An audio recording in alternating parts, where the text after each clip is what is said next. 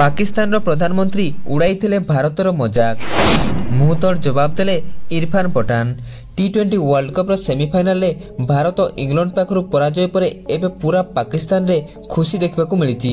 समस्ते भारत विरुद्ध रे सोशल मीडिया रे कमेंट करछंती। आउ एथिरु बाद पड़ी नांती पाकिस्तान रो खुद प्रधानमंत्री से मध्य ट्वीट करी भारत को गोटे प्रकार कमेंट करछंती, किंतु यार मुहतोड़ जवाब दैछंती भारतर पूर्वतन बॉलर इरफान पठान। इंग्लैंड विपक्ष सेमिफाइनाल मैच रे भारत 10 विकेट रे हारिला परे पाकिस्तान प्रधानमंत्री शहबाज शरीफ एक ट्वीट करथिले एवं लिखिथिले जे तेणु एही रविवार खेल हेबो 152 रे 0 बनाम 170 रे 0।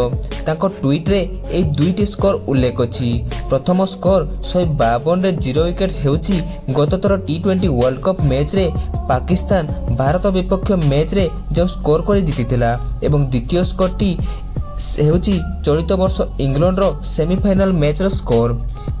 शहबाज शरीफ को यही ट्वीट रो जवाब रे इरफान पठान लिखिछंती एहा आपण और आम मध्य पार्थक्य। आमे आम खुशी रे खुशी हो, मात्र आपण अन्यर दुख रे खुशी होंती। सेथिपाई निज देशर उन्नति उपरे आपणकर ध्यान नहीं। एही घटना परे सोशल मीडिया रे शहबाज शरीफ को अनेक ट्रोल रो सामना करबा पई मध्य पड़ी अछि। ए संपर्क रे प्रेस कॉन्फ्रेंस रे जेतेबेले बाबर आजम को प्रश्न करागला से कहिले जे आम ऊपर ए सबुर कोनोसी भी चाप नाही और मु मध्य ए सब विषय रे किछि भी जानि नाही। तबे आपण माने शहबाज शरीफ करो ए कमेंट रो जवाब कोन देबे आमको आम कमेंट बॉक्स रे लेखि जणातु। एहीपरि लेटेस्ट क्रिकेट अपडेट पाई एबे ही सब्सक्राइब करनियंतु नमस्कार ओडिशा एवं वीडियो को लाइक करनियंतु।